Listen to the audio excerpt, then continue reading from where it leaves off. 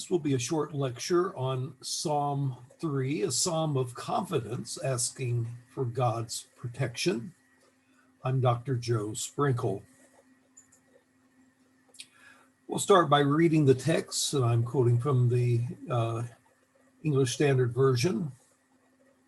O Lord, how many are my foes?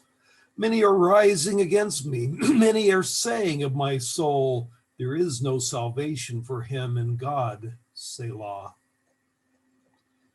But you, O Lord, are a shield around me, my glory and the lifter of my head. I cried aloud to the Lord, and he answered me from his holy hill. I lay down and slept. I woke again, for the Lord sustained me. I will not be afraid of many thousands of people who have set themselves against me all around. Arise, O Lord, save me, O my God, for you strike all my enemies on the cheek. You break the teeth of the wicked. Salvation belongs to the Lord. Your blessings be upon your people. Selah. We start by asking the question of, well, what kind of psalm is this? And Herman Gunkel categorized this psalm as a lament, although this is not the most precise way of understanding it, I believe. Like a lament, this psalm is speaking out of great distress, and that's what laments tend to do. They cries to God out of distress. Yet, unlike a typical lament, there's little hint of complaint or regret or doubt. Rather, the psalm has a mood of confidence that God throughout is going to respond to him. And that's why more recent commentators have given it a different categorization, namely a psalm of confidence or a psalm of trust. For David is full of confidence that God is going to deliver him. He's confident that you, O Lord, are a shield for me, my glory, and the one who lifts my head. Another commentator, Craigie, suggested that it was a psalm of protection, which is true. He's asking for God's protection. But the mood is entirely one of trust. And hence, I think the best categorization would be a psalm of confidence in which the psalmist asks for God's protection. We could also categorize this as a morning prayer. Leupold in his commentary defines it that way.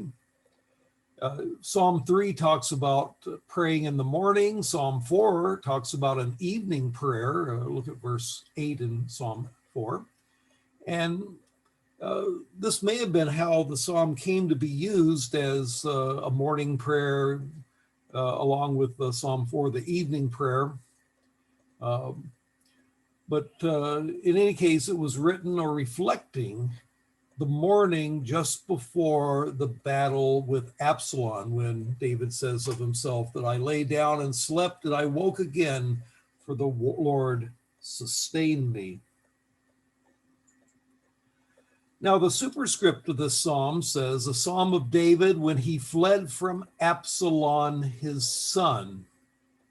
And this is one that we need to say a bit in detail about the backdrop. Absalom was David's third son, this one through his fourth wife, Maacah, whom he had married by political alliance with Talmai, the king of the Aramean vassal kingdom of Geshur, as described in 2 Samuel 3 and verse 3. Well, it turns out that Absalom's sister, full sister, was raped by Amnon, Absalom's half-brother. And so his full sister, having been raped by Absalom, their half-brother, and that was David's firstborn son by his second wife, Ahinoam. And as a result of that, Absalom assassinated Amnon, reasoning that David would do nothing about the crime of raping his sister, both because David had so compromised himself with Bathsheba and because Amnon was the crown prince and somewhat above the law, you might say. Absalom took matters into his own hands, persuading David to send his sons to a sheep shearing festival, and Absalom had assassins murder Absalom. This not only avenged the rape of his sister, but it also, and this may be a greater motivation for him, it also made it more likely that he would eventually ascend to the throne himself. And this represents an initial fulfillment of Nathan the prophet's prophecy after the Bathsheba affair in the 2 Samuel 12 and verse 11, that God would raise up evil against David from within his own household. And Absalom is the fulfillment of that. Now, after Absalom had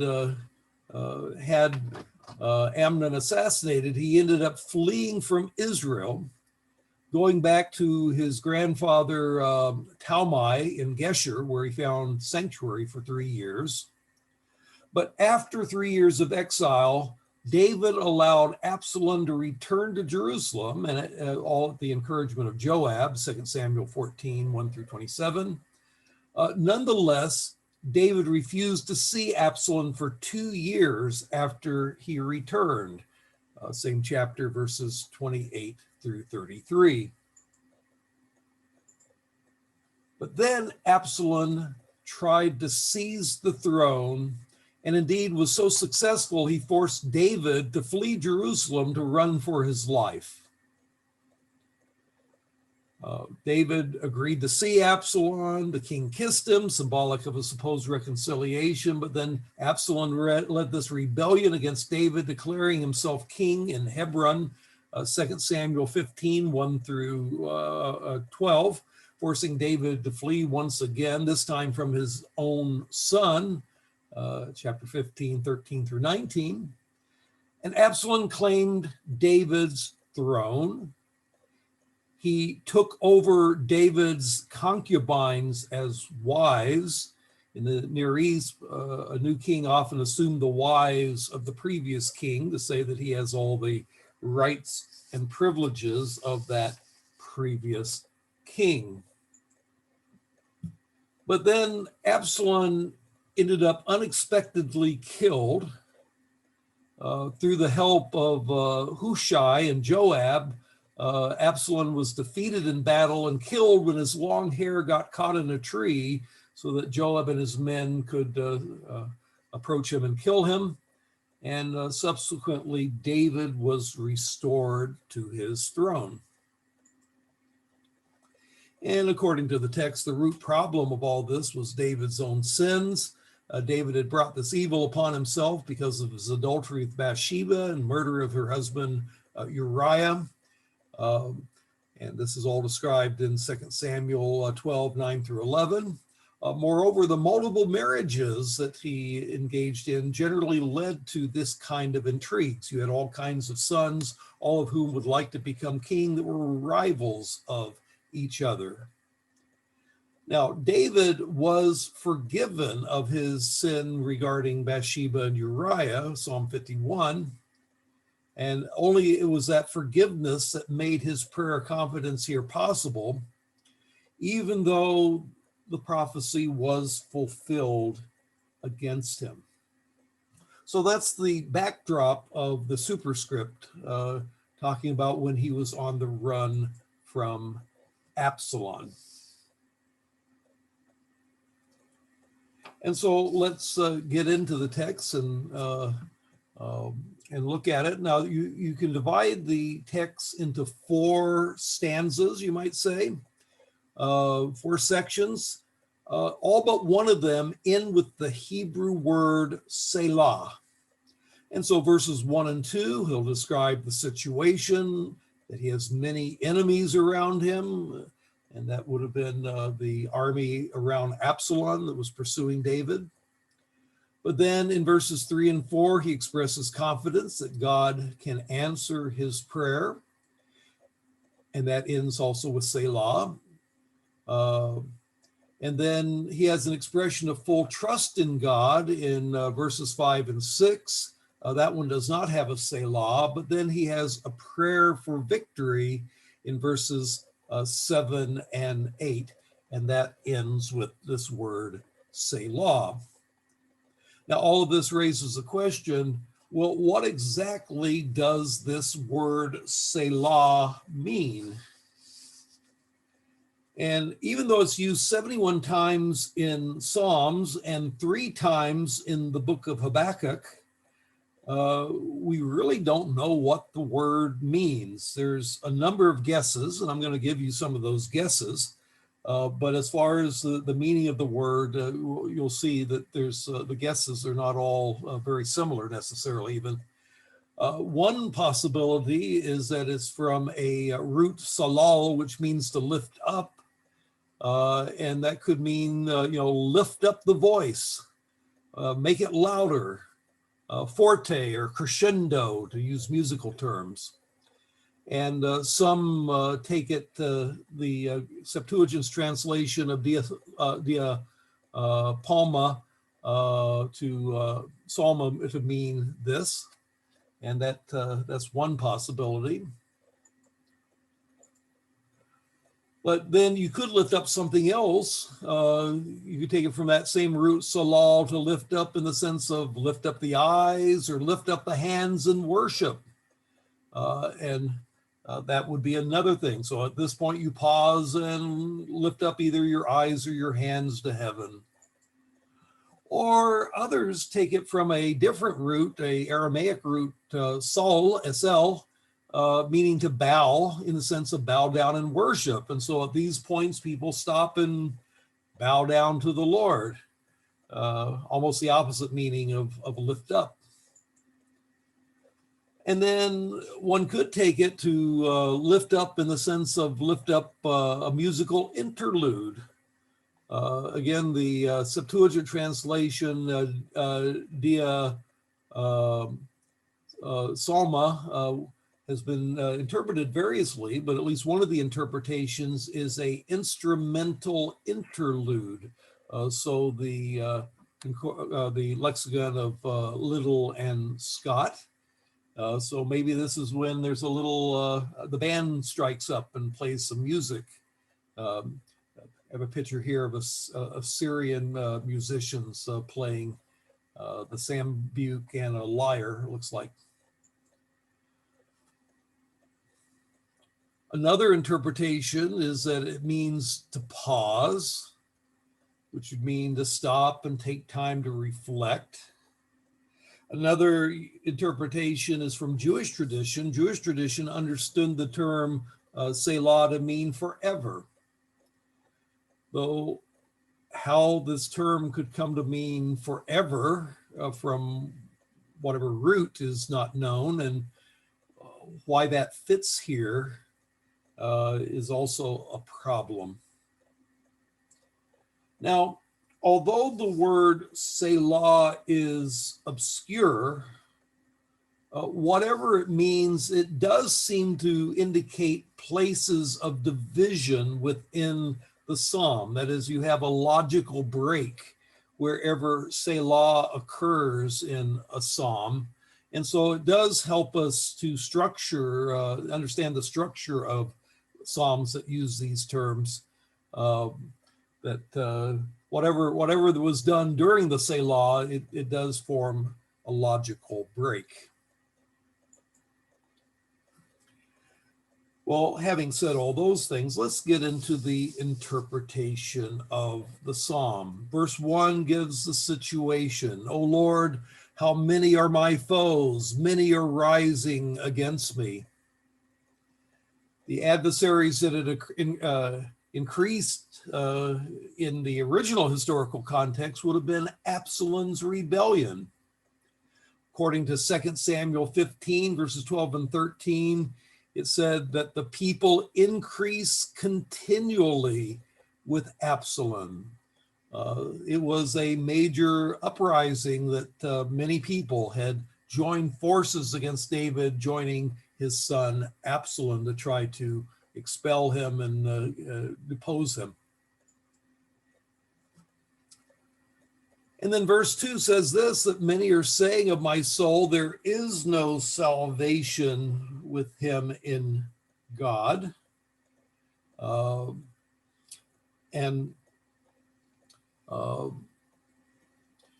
Samuel 16, 8 and 9 says that Shimei, a relative of Saul, cursed David and says, the Lord has returned upon you all the bloodshed of the house of Saul, in whose place you have reigned. And the Lord has given the kingdom to the hands of your son Absalom. And behold, you're taken in your own evil, for you are a man of bloodshed. And he would be among those who was saying there is no salvation for him in God. In fact, he was saying that he was being punished by God in this situation.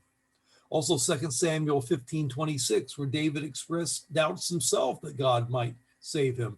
He says, God might say to David, I have no delight in you, so that he would never return to Jerusalem.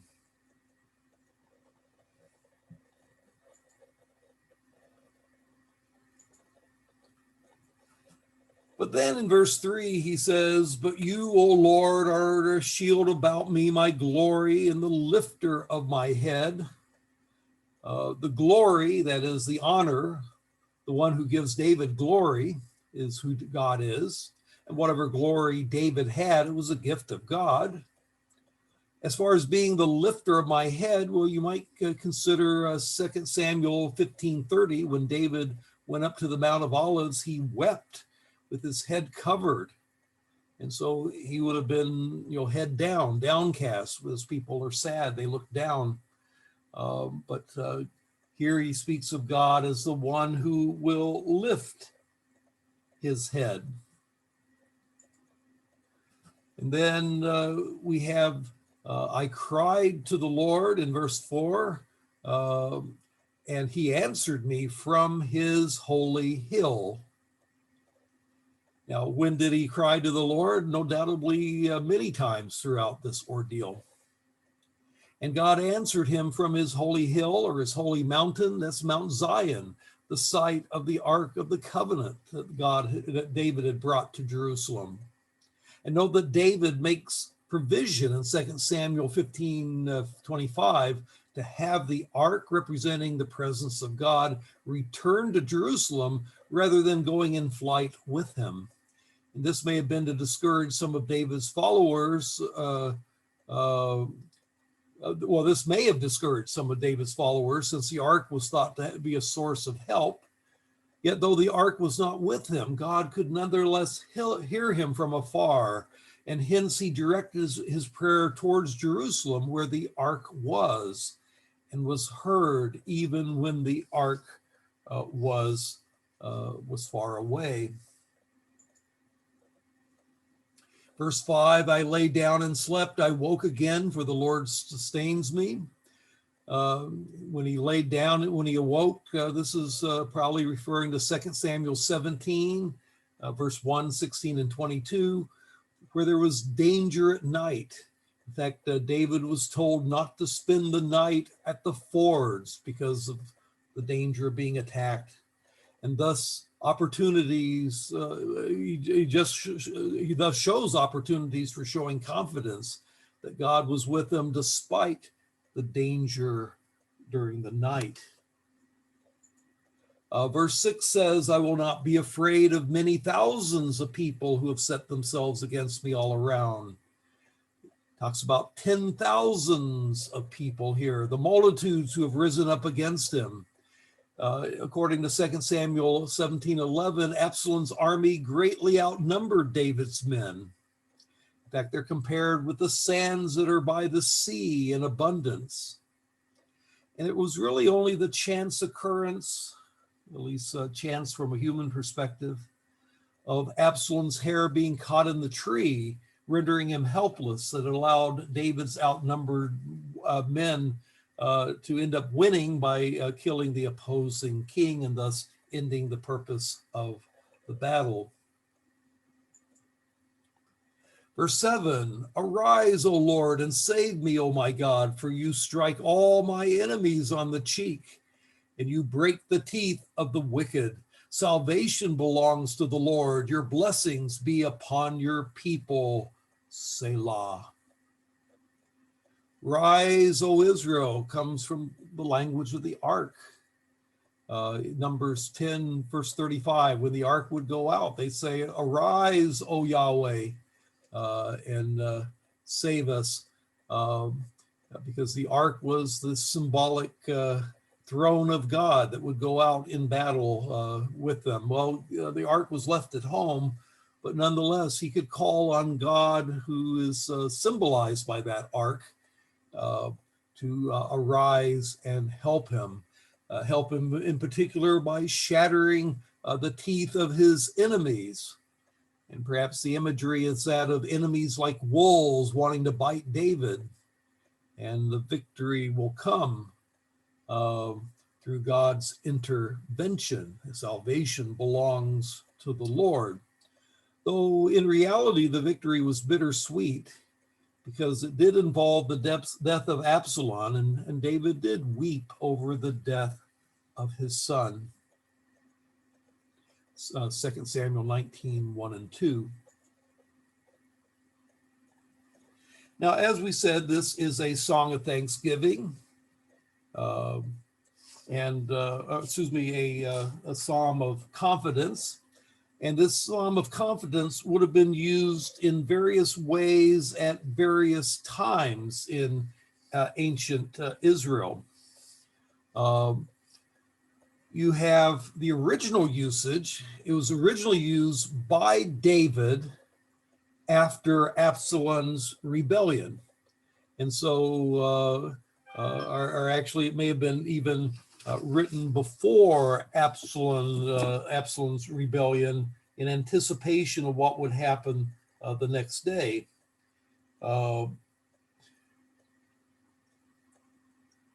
But that's not the way it was used subsequently. I mean, once it was collected into the collection of Davidic Psalms, it would have been used even after death, when Davidic kings would go into battle to express their confidence that God was with them and would save them. This view is mentioned by Eaton and Craigie. But then after the Babylonian exile, this psalm would have been more widely used by everybody facing war or any other distress. And that's generally the case when the monarchy ended, though it may have also been included in the Second Temple hymn book, which we now know as the Book of Psalms, as for its messianic implications. This being a Davidic psalm, could be sung by the Davidic monarch once God re-established that. Yet, no doubt at this time, many common people of Judah simply sang it and applied it to their own situations. In other words, I think this illustrates the fact that we are not limited by the original setting. Now, this is one where we can trace the original setting rather clearly in the situation of David and Absalom. But as we use it, our application would be principalized and broader than the specifics of the original application. In other words, we can adjust the application to our changing circumstances. So how would we apply this psalm today? Well, one, we can apply it as a morning prayer to start the day trusting in God's protection. God protected not just David, but also his people over whom David served as king. Similarly, he protects us from whatever troubles or enemies that we have. And God's protection gives us confidence and courage to start each new day. So we could use it as a morning prayer for that purpose. It's also a reminder that God answers prayer. God is ready and willing to hear his people's prayers. Our enemies may not be an army, but troubles of various sort, and yet God is ready to hear us, wants us to trust in him for deliverance. And then, like David, we should show confidence in God, that God is there, that God is willing to help us, and we trust in him. And so that's my presentation of Psalm 3, a psalm of confidence, which asks for God's protection. And I am Dr. Joe Sprinkle.